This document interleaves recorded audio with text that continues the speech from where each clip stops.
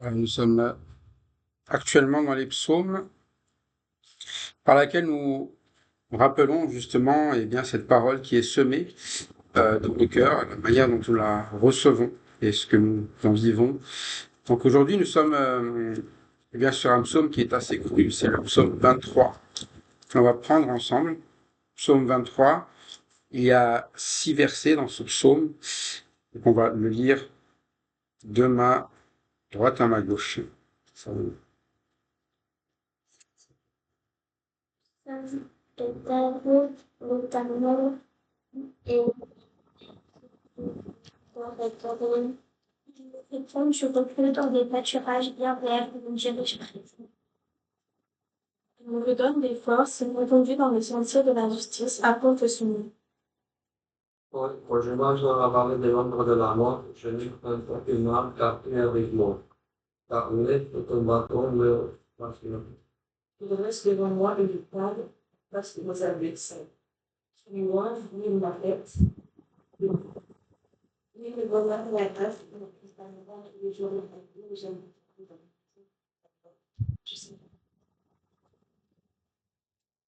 Là, avant d'avancer sur ce psaume, la raison pour laquelle nous sommes là aujourd'hui, c'est de rappeler que nous avons lu dans le psaume déjà 95 combien il est important d'avoir un cœur qui est un cœur qui ne s'endurcit pas, qui n'est pas un cœur révolté, mais un cœur qui est doux à recevoir la parole. Euh, la parole, justement, dans le psaume 95, rappelle de ne pas s'endurcir, comme dans le passé, lorsque l'Éternel parlait. Quand l'Éternel parlait, il y avait toujours cette rébellion ou cette insatisfaction de ce que la parole de Dieu disait. Et la bonne réponse, on l'a vu en même temps qu'on l'a vu dans le parallèle de Luc 8, c'est cette terre qui est la bonne terre. Souvent, les gens se disent quelle a été la bonne terre. Il y a 4 terres. Il y a celle où il n'y a rien qui est reçu. Il y a celle où, au final, il n'y a rien qui pousse parce que c'est au milieu des rochers. Il y a celle, à un moment donné, qui a les soucis de la vie. Et puis, il y a la dernière. Et parfois, les gens se disent peut-être que les 2 derniers, c'est bon. Peut-être qu'il y a ça. Mais en fait, le passage le dit même, la bonne terre. Il n'y a pas plusieurs bonnes terres. La bonne terre, c'est celle qui la reçoit et qui porte du fruit. C'est-à-dire qu'à un moment donné, si quelqu'un reçoit la parole, il y a un fruit qui sort de là. C'est pas juste quelque chose où rien ne change dans sa vie, mais il accumule des connaissances. C'est pas non plus lorsque les choses de la vie, ses besoins vont arriver là, il abandonne la parole de Dieu. Non, vraiment, il a son plaisir dans la parole et quelque chose va ramener un changement dans sa vie. Et la première chose qui change, c'est, on l'a vu avec le psaume 32, c'est quelqu'un qui reconnaît au final son état vis-à-vis de cette parole, qui reconnaît ses transgressions, qui reconnaît son péché, non pas quelqu'un qui se justifie devant la parole. Parfois, ce que les gens font, quand ils entendent la parole de Dieu, ils se justifient. Oui, mais bon, après, c'est difficile. Et il y a toujours quelque chose à redire, mais vraiment, on va parler de quelqu'un comme David, lorsque la parole est venue à lui, eh bien, il n'a plus caché son péché, et il l'a fait connaître à Dieu. Parce que la parole de Dieu, elle est là pour, non pas que nous la discutions, mais que nous nous rendions compte de combien, ce qui est bon, c'est de ne plus être dans l'iniquité, mais d'être tout simplement pardonné de nos transgressions, pardonné de ce que nous avons fait de mal, de ce que nous avons désobéi. Et c'est ça ce que David nous montre dans ces différents psaumes, c'est que le cœur endurci, il n'y a rien qu'on peut semer. Mais lorsque c'est possible, eh bien, la bonne terre, elle reçoit et elle laisse cette parole changer sa vie. Et quelque chose change, réellement. C'est ce qu'on a vu dans le psaume 15. Il se met à marcher dans l'intégrité, pratiquer la justice de Dieu, dire la vérité. C'est ça, c'est qu'il marche déjà. Dire que c'est une parole qui n'est pas une parole à un moment donné où ça n'amène pas à avancer. C'est une parole qui est pratique aussi.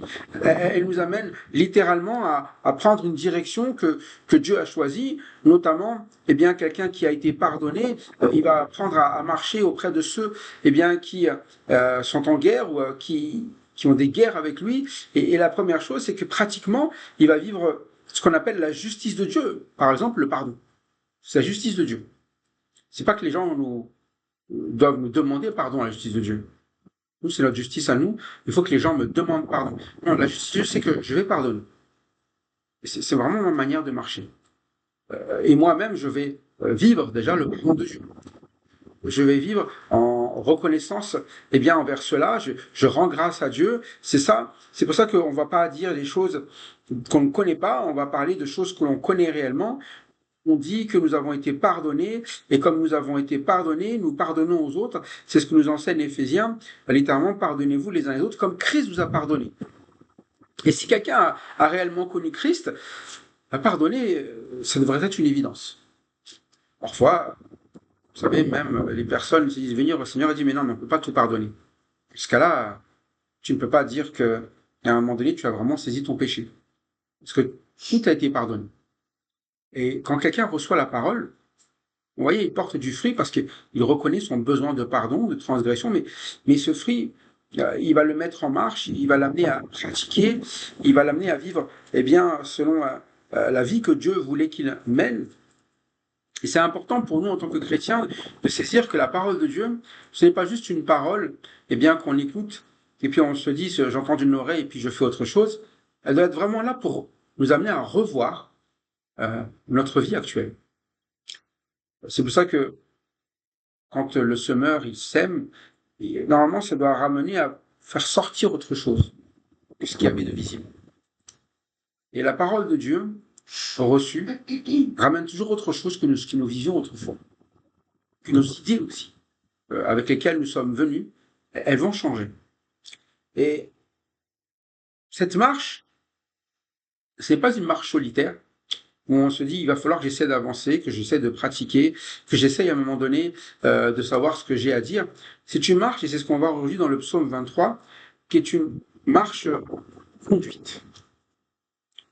C'est-à-dire que ce n'est pas nous qui décidons de là où nous marchons, de la justice que nous allons vivre, ce n'est pas nous qui allons savoir où et comment faire. Le centre de cette marche, ce n'est pas notre capacité. Le centre de cette marche, c'est le psaume 23 sur lequel nous étions, qui va nous l'expliquer, c'est que dans toute la marche du chrétien, dans toute la marche de celui eh bien, qui a reçu la parole, il reconnaît un rôle qui lui est vital dans la vie, l'Éternel est mon berger. Pourquoi ce passage est vraiment important? On peut dire que quelqu'un est sans jamais vivre ce qu'il est envers nous. On peut dire que quelqu'un, eh bien, est, je dirais, voilà, comme le Seigneur, celui qui va conduire, diriger, mais au final, on ne va jamais accepter qu'il prenne sa place. On va dire qu'il est mon berger, mais au final, je ne le laisse pas s'occuper de moi. Je ne le laisse pas me conduire, me diriger. Je ne le laisse pas me nourrir. Et du coup, je ne comprends pas comment résoudre les problèmes dans ma vie. Il y a des choses où j'ai des besoins, j'ai des manques. Il y a des choses à un moment donné où je suis pas satisfait. Il y a des choses à un moment donné où je me retrouve, eh bien, au final, à ne pas situer ma position. Mais ce n'est pas l'événement qui cause cela, c'est un manque de discernement de qui est l'Éternel pour moi. Enfin, l'Éternel, c'est juste un Dieu. Voilà, c'est quelqu'un qui a une vie à côté. Moi, j'ai ma propre vie.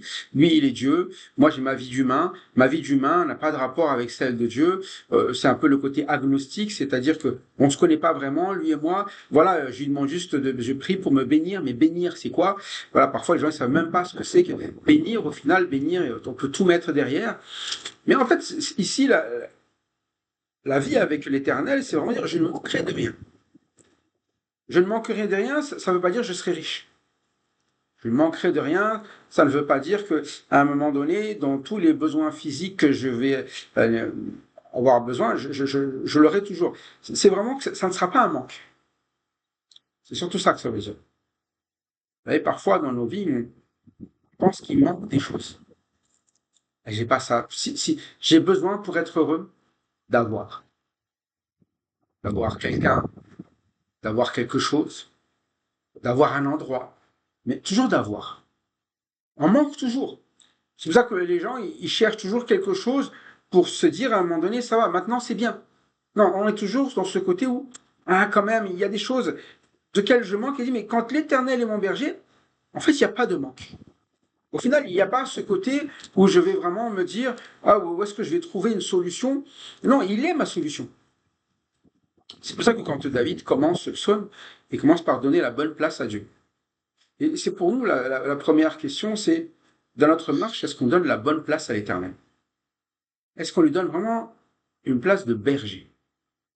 Et c'est pas pour rien qu'il choisit ce terme.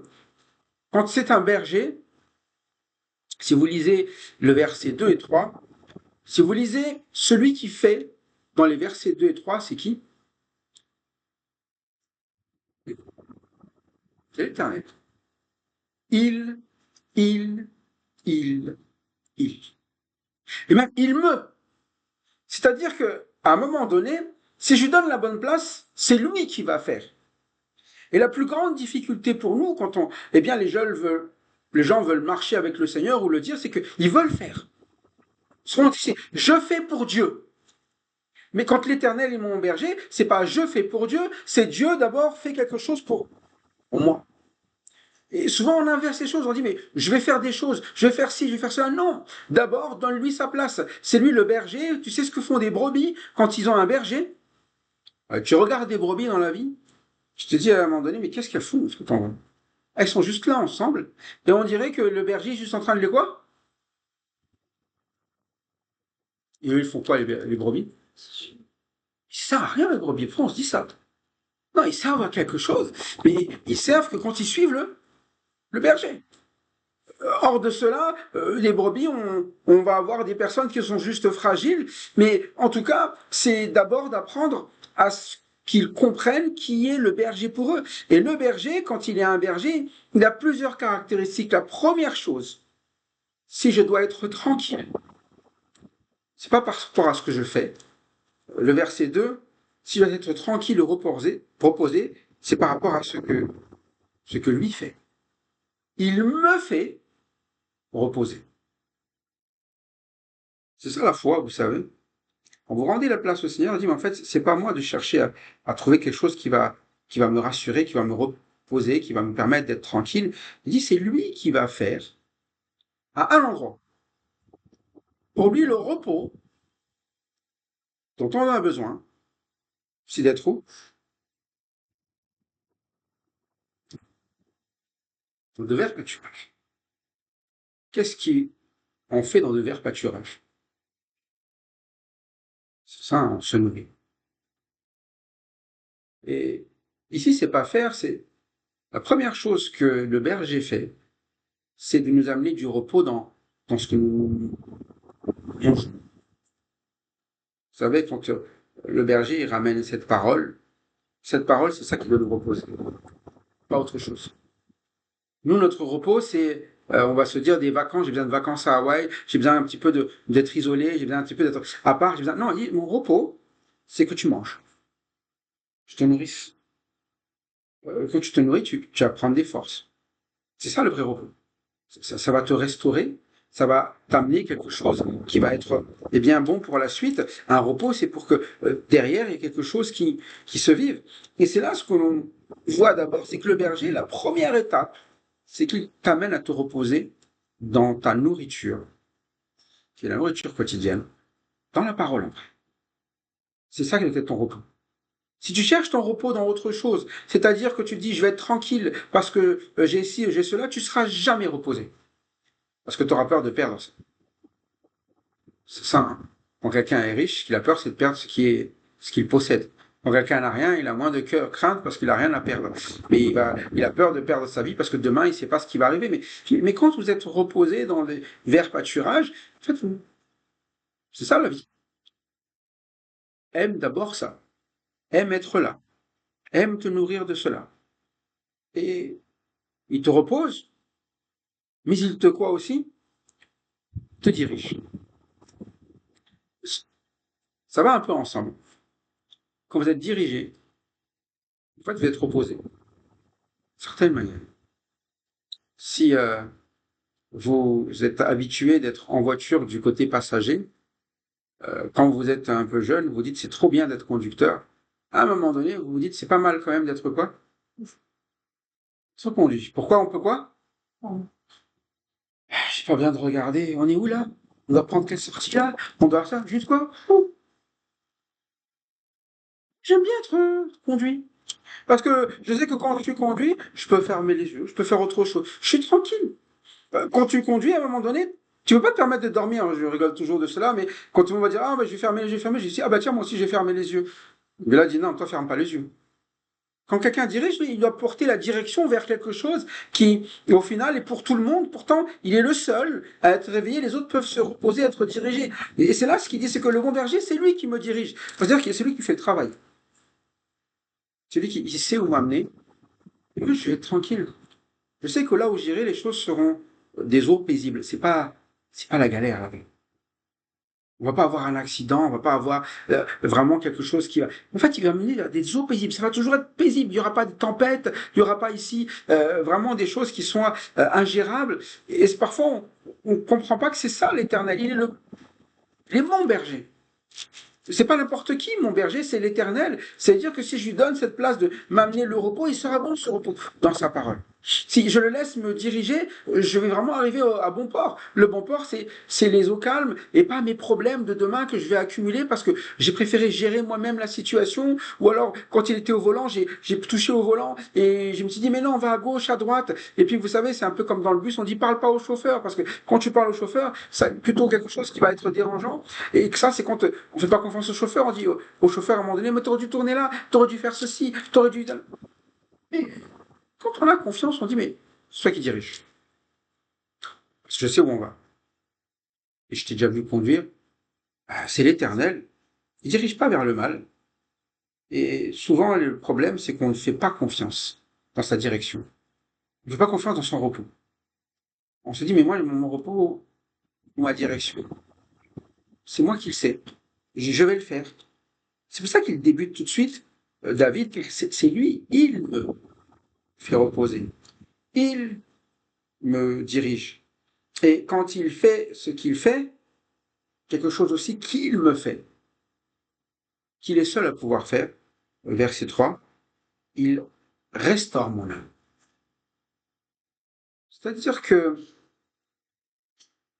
on a vraiment ici non seulement une œuvre qui est une œuvre eh bien de tranquillité, de paix, de repos, voilà, que l'on vit. On a une œuvre à un moment donné de savoir où on va, d'assurance, mais on a aussi dans cette bien avancée une restauration, c'est-à-dire que cette nourriture, cette direction, elle permet à mon âme de voir une autre vie, d'être pas reposer, le terme c'est vraiment restaurer, c'est-à-dire venir une âme qui change, qui se transforme, qui s'améliore, qui gagne ce qui est bon. Et c'est ça, c'est que le bon berger, il prend soin de ses brebis pour qu'elles soient plus belles, en plus grande forme, pour qu'elles puissent traverser des événements qui, on va le voir tout à l'heure, sont nos événements, mais dans lesquels il sera. Et ici, c'est ça, l'objectif, c'est de le laisser faire pour me reposer, pour me diriger, pour me restaurer dans mon âme, c'est-à-dire quelque chose qui est vraiment salutaire, et bien là où personne ne peut guérir normalement. Et puis, il conduit. C'est pas juste diriger, c'est-à-dire de montrer une direction, d'amener, c'est il me conduit. C'est vraiment une place où, dans les bons sentiers, là où il y a la justice, là où il y a des choses, eh bien, où je vais apprendre à comprendre parfois des justices autres que la mienne. Moi, c'est la justice de Dieu, elle est dure à saisir parce que la justice de Dieu, elle a montré, eh bien, par exemple, son principe dans Christ, où c'est celui qui perd, eh bien, qui gagne. C'est celui qui est abaissé, qui est élevé. La justice de Dieu, elle est étrange. La justice des hommes, c'est celui qui gagne, qui est le gagnant. Non, la justice de Dieu, c'est celui qui perd sa vie pour moi, la gagnant.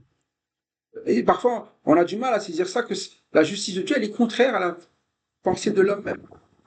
Mais à cause de son nom, parce que son nom est un nom bien juste, son nom est un nom de celui qui est compassion, qui guérit, parce que c'est justement ce berger, il va faire tout cela. Et avant de parler justement dans notre vie ce qu'on pourrait faire pour Dieu, il est important pour le chrétien de savoir tout ce que Dieu fait et doit faire d'abord dans notre vie.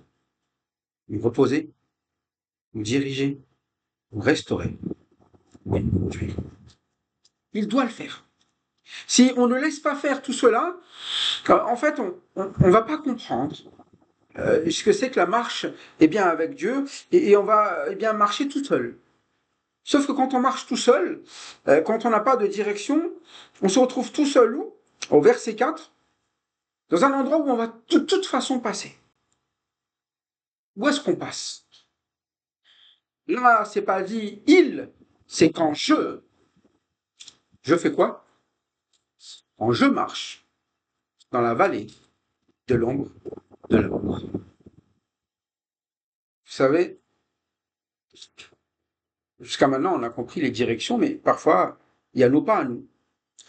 C'est pas les pas que le Seigneur, forcément, nous a amenés à vivre toujours, mais c'est la vallée de l'ombre de la mort. C'est les pas dans lesquels nous sommes.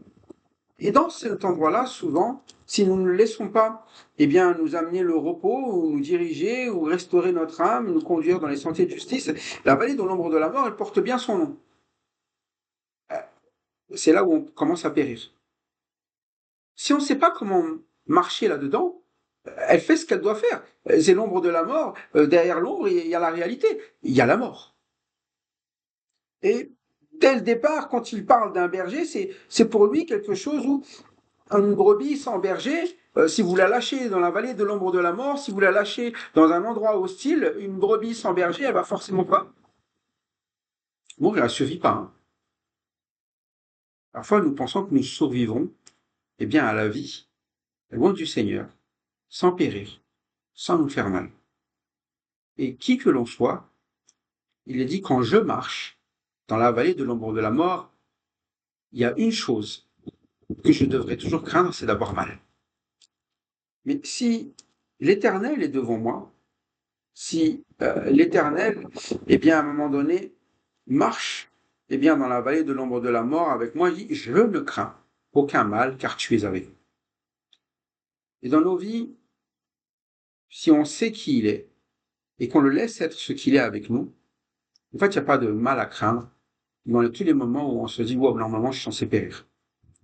C'est comme dans la mort, tout court, la mort éternelle ou la mort physique, j'ai pas de mal à craindre. L'important, c'est que je sois avec Jésus-Christ. Si je suis en Jésus-Christ, je n'ai pas à craindre quoi? La mort. La mort n'a pas de pouvoir sur lui. Et puis, dans notre vie, jusque-là, dans la vallée de l'ombre, c'est-à-dire qu'on n'est pas encore dans la mort, on n'est plus en train de périr, il restaure notre âme, on est plutôt en train de quoi? D'être nourri, grandi, même si c'est la vallée de l'ombre de la mort. Et c'est là où on se dit, mais en fait, je ne crains pas de mal, même sur le trajet. Sur le trajet qui me mène jusque-là, j'ai une confiance au final dans ce que l'Éternel fait. Et c'est ça la marche. C'est que si mon cœur il est endurci, en fait, je ne vais pas laisser Dieu avoir sa place. Si mon cœur, à un moment donné, n'est pas une bonne terre, je ne reconnais pas qu'en fait, sans lui, dans la vallée de l'ombre de la mort, je suis comme tout pécheur. En fait, je péris. Je me fais mal. Si à un moment donné, je ne lui laisse pas sa place, en fait, je ne marcherai pas dans l'intégrité, je fuirai. Comme tout le monde le ferait, la vallée de l'ombre de la mort. J'essaierai de trouver un autre chemin, mais en fait, en essayant de trouver un autre chemin, je m'égarerai. Et c'est ça le souci. Je ne pratiquerai pas ce qu'il veut que je pratique, parce que dans la vallée de l'ombre de la mort, en fait, il me trace des sentiers, sentiers de justice, parce que l'objectif dans cette vallée, c'est que je le connaisse mieux, que je comprenne qu'est-ce qu'il est la vie avec lui, que je vive justement dans des sentiers tout tracés. En fait, je ne connaîtrai pas cela si j'ai ce cœur qui est endurci, si au final, je ne laisse pas amener ma vie à porter du fruit et que je me retrouve, dans cette route, je ne saurais pas combien la parole veut me convaincre de qui il est. L'Éternel est mon berger. Et quand il dit l'Éternel est mon berger, on voit ce qui le rassure au moment de ces temps où il devrait craindre. L'accent est mis sur quoi quand il est avec lui? Quand Dieu est avec nous, l'accent est mis sur deux aspects. La houlette et le bâton. Dans la version originale, c'est le bâton avant la houlette. Le bâton, c'est ce qui symbolise Ça peut être traduit parfois dans d'autres passages comme un sceptre. Mais le bâton, c'est ce qui symbolise en fait la protection et l'autorité.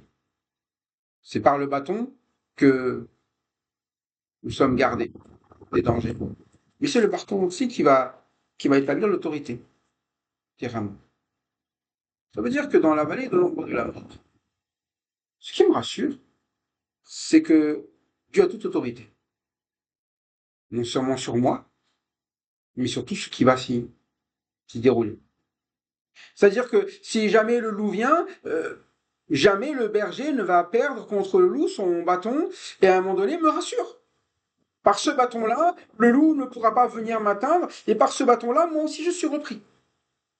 Et souvent, ce que l'on cherche pendant le temps de la vallée de l'ombre de la mort, c'est une espèce de consolation qui est un petit peu de nous dire t'inquiète, ça va bien se passer, tu vas te débrouiller. Mais non, j'ai besoin de l'autorité du Seigneur, de la confiance que j'ai en lui. Si je traverse ce moment, c'est sous son autorité, sa protection. Puis l'autre bâton dont on parle là, qui est plutôt la houlette, il symbolise plutôt un bâton plus gros qui sert d'appui. C'est-à-dire que je ne vais pas traverser tout seul la vallée de la mort et avoir l'Éternel à côté de moi. Non, c'est son appui qui va être, eh bien, mon assurance. Et pour la marche, eh bien, avec le Seigneur, il est important qu'on ne s'appuie pas sur nos forces, mais sur ce que, eh bien, le Seigneur appelle son appui, sa houlette.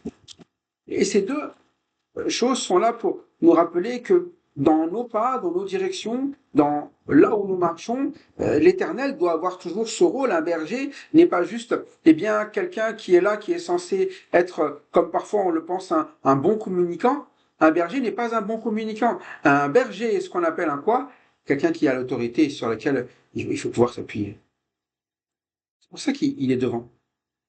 C'est que il va prendre des décisions. Il va amener des directions.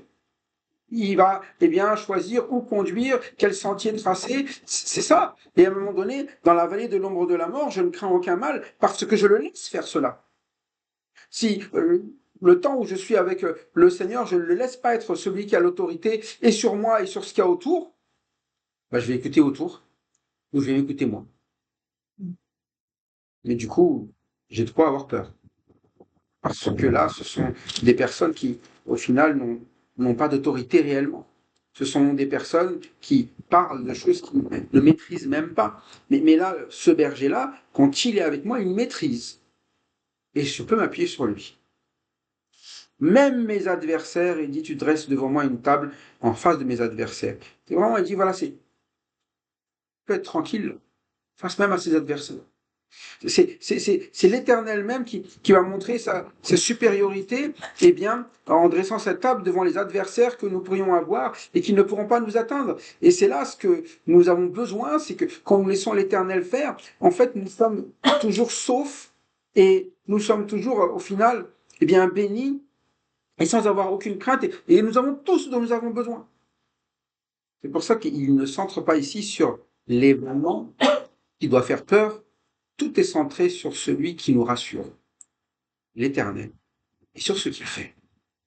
Et ce psaume, quand on va parler de l'Éternel est un berger, c'est un psaume d'un homme qui s'appelle David, qui a décidé de centrer tout ce qu'il vit sur l'Éternel, sur ce qu'il a fait de lui, et sur la manière dont il le conduit quand il marche, comme plusieurs fois il a pu arriver, dans des temps où il a failli mourir, dans des temps où il était pourchassé, dans des temps où il a été détesté, dans les temps... Il dit, mais en fait, je ne craindrai pas de mal.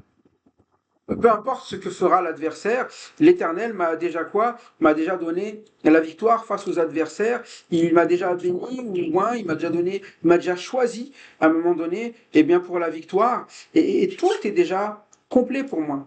Et c'est ça, en fait, en tant que chrétien, lorsque nous marchons, en fait, il n'y a pas de problème avec des adversaires ou des personnes qui nous avons déjà gagné. La Bible nous rappelle dans Romains que nous sommes plus que vainqueurs en Jésus-Christ. Plus que vainqueur signifie que ce n'est pas juste d'avoir une victoire, c'est qu'à un moment donné, il y a beaucoup plus à vivre même qu'une simple victoire. Notre vie tout entière surpasse eh bien, tout ce qu'on aurait pu espérer lorsqu'on n'a pas connu le Seigneur. quand bien même nous perdons eh bien, des choses en cours de route, nous ne perdons jamais l'Éternel, notre berger, nous ne manquerons jamais de rien. Et ça, c'est l'assurance du chrétien. Et tant qu'il a l'Éternel, en vrai, le reste vaut rien. Et parfois, lorsque nous ne saisissons pas ça, nos sécurités sont ailleurs. C'est pour ça que tout ce passage est là pour enlever les sécurités qu'on se place, qui ne sont pas l'éternel, qui sont souvent autre chose que sa conduite, autre chose que sa direction, autre chose que celui qui nous restaure, autre chose. Et parfois dans l'Église, c'est ça. On ne cherche même plus à retrouver le repos dans la parole, les directions eh bien, que Dieu veut donner. On ne veut même plus attendre qu'une âme soit restaurée. On n'est pas là pour vivre les sentiers de la justice. On est là en se disant à la veille de l'ombre de la mort, c'est bon, maintenant que je suis chrétien, ça va, j'aurai plus de problème. Ben non. Parce que tu es chrétien, tu devrais savoir que tu as besoin d'un quoi? D'un berger. Un chrétien qui dit qu'il n'a pas besoin d'un berger est un chrétien qui n'a pas saisi du tout le principe même de la parole de Dieu. J'ai besoin d'être conduit. Si une brebis n'est pas conduite, elle s'égare. Et la victoire dépend de cela. C'est pour ça que il n'est pas eh bien, dans la panique, il est rassuré parce qu'il y a cette autorité, il y a cette conduite, tout comme au final, un enfant est rassuré dès le moment où il voit qui? Vous pouvez le mettre dans le noir, un enfant, il va être en panique, mais dès qu'il va voir une personne qui est censée le conduire, il va être quoi? Ouais. Oui, il y a la personne qui est censée vous dire, m'emmener, c'est bon. Vous pouvez le mettre dans n'importe quelle condition, tant que lui ça va, il va regarder comment il va. Ah, celui, il n'est pas en panique, j'ai aucune raison d'être. C'est ça l'avantage. Et nous, quand on est avec l'Éternel, il n'y a pas de panique. Il va nous ramener cette victoire et c'est là que nous atteignons notre objectif. L'objectif, c'est pas le bout. L'objectif, c'est déjà dans la route. On a parlé de la vallée de l'ombre de la mort, mais sur cette route, David, il ne parle pas de ça comme chose qu'il ressent. Verset 6, il dit quoi? Qu'est-ce qu'il y a tous les jours de sa vie?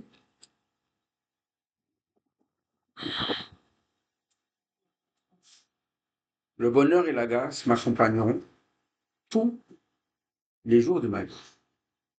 Pourtant, il vient de parler de sujets là qui sont compliqués. La vallée de l'ombre de la mort, ça n'a rien à voir avec un terrain qu'on appelle ça, de joie et de. Il dit, mais pourtant, ce qui m'accompagne, c'est le bonheur et la grâce. Mais pourquoi? Qui accompagne en fait? C'est l'Éternel. Je n'ai rien à craindre, tu es avec moi. En fait, quand tu es avec moi, ce qui m'accompagne tous les jours, c'est le bonheur et la grâce. Je suis rassuré. Même dans la pire adversité, je sais vers qui m'accrocher. Je sais à un moment donné qui me conduit, je sais à un moment donné qui a autorité, mais c'est une grâce. J'ai ce que je ne mérite pas, lui il me garde, c'est moi qui devrais faire pour lui, effectivement. Mais la grâce de Dieu, c'est de faire pour nous, alors que nous ne méritons pas. Et c'est ça le bonheur, au final, d'être heureux déjà aujourd'hui. Il n'a pas dit le bonheur et la grâce, vous les rencontrerez à la fin de votre vie. Non, il m'accompagne tous les jours de. Donc c'est quand? C'est maintenant. Et vous savez, en tant que chrétien, ça devrait être une simplicité, l'évangile. L'évangile, c'est la puissance de Dieu. Pour le salut de qui croit, la puissance de Dieu. C'est Dieu qui œuvre. C'est lui qui fait grâce. C'est lui qui m'amène le bonheur. Et nous, simplement, c'est par la foi que nous faisons confiance et que s'il nous dit que c'est là-bas, les eaux paisibles, ah ben j'y vais. Oui, mais c'est la vallée de l'ombre de la mort où je suis, c'est même pas une question. Tant que tu es avec moi, je ne crains aucun mal. C'est pour ça qu'on amène la parole pour que les gens soient dans le vert pâturage, qu'ils se reposent déjà. Ils disent, mais tu sais quoi? Regarde comment il te nourrit.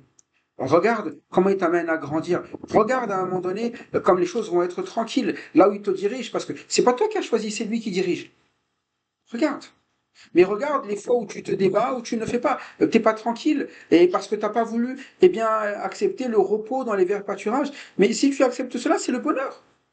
T'es reposé, t'as juste qu'à vivre ta vie de manière simple tous les jours de ta vie. Le bonheur et la grâce t'accompagneront. C'est vraiment comme si le bonheur et la grâce te tiennent la main et disent allez, viens, je t'emmène.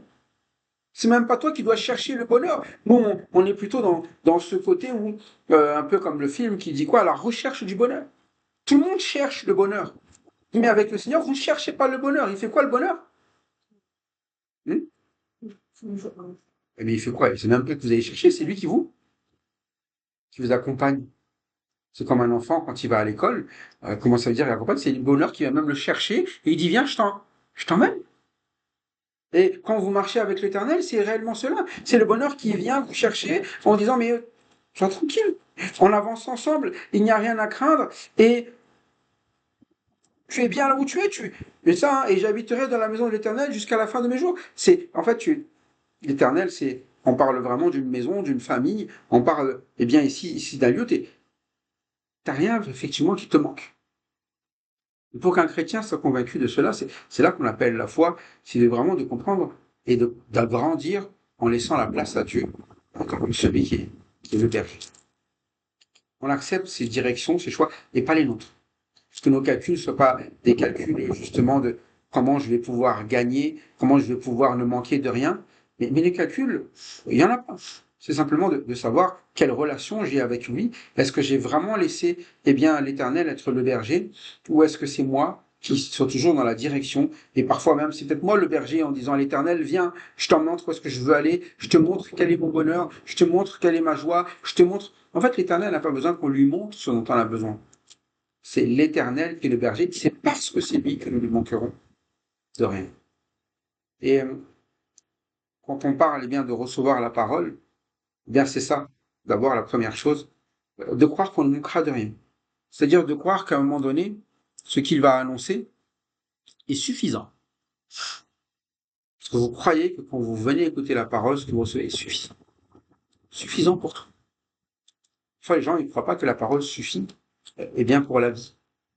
C'est la parole de vie. Et les disciples le suivaient à cause de cela. Acquérez-vous, tu as les paroles de la vie. Si on te suit, c'est dis.